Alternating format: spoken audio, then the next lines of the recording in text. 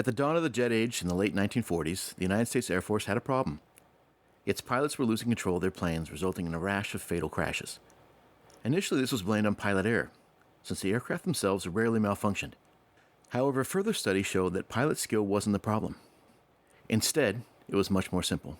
An eager young lieutenant named Gilbert S. Daniels measured 4,063 pilots and discovered that not a single one of them fit the Air Force's average pilot profile. For instance, even though many were of average height, some had torsos that diverged from the average torso length, while others had arms or legs longer or shorter than those of the Air Force's average pilot. The result? None of the 4,063 pilots exactly fit the one-size-fits-all cockpits of the U.S. Air Force. Or as Lieutenant Daniels correctly reported, there is no such thing as an average pilot, so if you design a cockpit to fit one, you've actually designed it to fit no one. The Air Force took Daniels' conclusions to heart and began requiring vendors to make cockpits customizable with features like adjustable seats and pedals. To everyone's relief, pilot performance dramatically improved. The moral of the story? Any system designed around an average person is doomed to fail. Welcome to the top takeaways from The End of Average: How We Succeed in a World That Values Sameness by Todd Rose. Takeaway number 1. The hidden tyranny of average. Even while most of us don't feel it, our lives are governed by averages. Students are graded based on their performance relative to an average student, and job performance evaluations and promotions depend on a worker's performance relative to an average worker. The problem is, however, no one is average. This is not to say that averages aren't helpful. For instance, when comparing multiple groups of people, like American pilots and German pilots, averages can offer many insights. However, when looking at individuals, comparison to a strict average falls flat because it overlooks an individual's unique skills and attributes. Therefore, if individuals truly want to take full advantage of life, they need to understand what is truly unique about themselves and exploit their strengths. As a good example, the author of this book dropped out of high school with a D- average and stumbled through a string of dead-end minimum wage jobs. Then he decided that enough was enough, and after taking a good long look at himself, he began taking classes that interested him, from hand-selected teachers who encouraged discussion rather than rote learning, which was a teaching style that he'd always hated. He also disregarded the advice of well-intentioned guidance counselors and took classes in a sequence that made sense to him. The results speak for themselves. The author was able to earn a PhD and is currently on the faculty at the Harvard Graduate School of Education. A little background might help us understand why talented students like the author routinely fall through the cracks. The foundations of America's current education system were laid in the early 1900s, when a mere 2% of Americans had college degrees and only 6% had graduated high school. The industrial boom had attracted waves of immigrants to the U.S., and many public schools were filled with children who spoke no English. It was decided that for the good of the country, public education would focus on a standard education for the average student. Or as the Rockefeller-funded General Education Board stated, "We shall not try to make these people or any of their children into philosophers or men of learning or of science.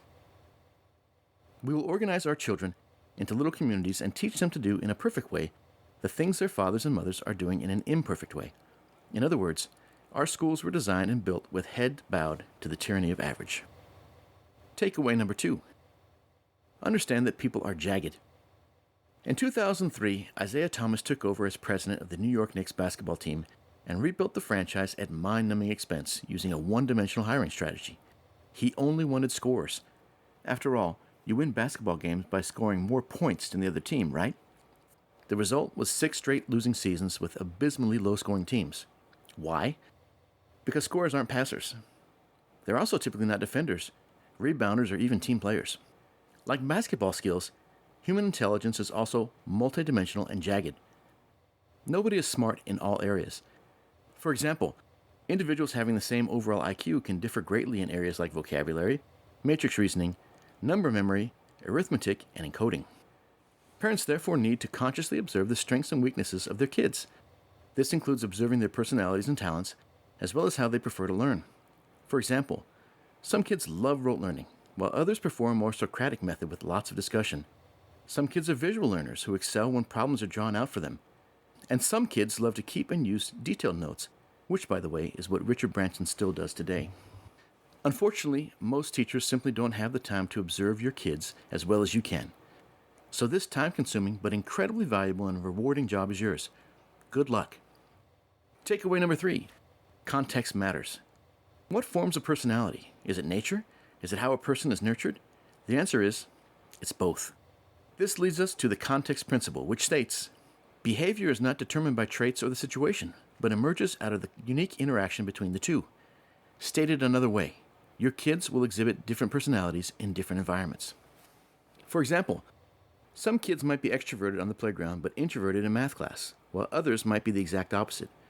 Other kids might be aggressive with male peers, but docile around adults, such as teachers or parents, while still others might be aggressive around adults and docile around peers.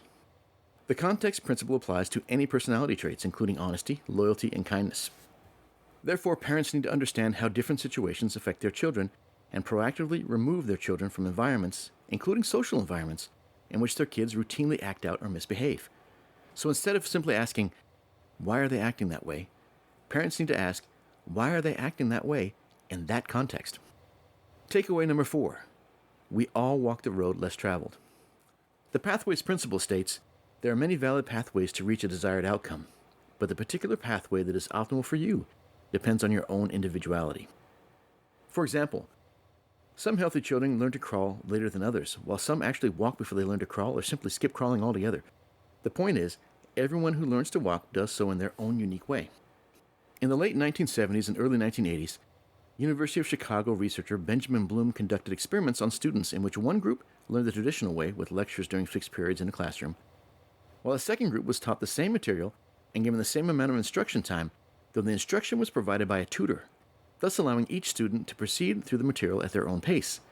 The results were eye-opening. In the traditional group, a mere 20% of the students achieved mastery of the material, while in the self-paced group, over 90% of the students achieved mastery. And remember, both groups were given the same exact amount of instruction time. Bloom's data also suggests that students' individual paces vary depending on what they're learning. For example, one student may learn fractions quickly, but require more time to digest decimals or division. There's no such thing as a universally fast or slow learner, and evidence suggests that speed and learning ability are unrelated. So don't get freaked out if your kid takes a little while extra to learn something.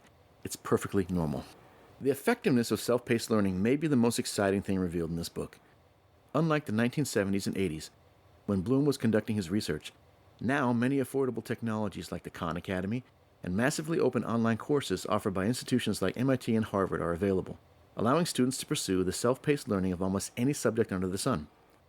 As Salman Khan, the founder of the Khan Academy, said in a 2011 TED Talk, when you let every student work at their own pace, the same kids that you thought were slow 6 weeks ago, you now think are gifted.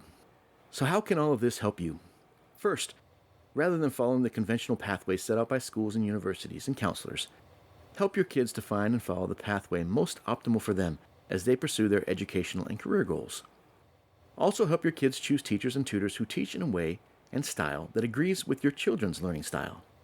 You also need to help your kids avoid environments that lead to bad outcomes. And of course, you need to hit that like button and subscribe. Otherwise, how can you ever expect your kids to know how much you love them? Lastly, and perhaps most importantly, allow your kids to proceed at their own pace, secure in the knowledge that they'll pick up some subjects more quickly than others. And that's completely normal. That's it for now. Have fun with your kids.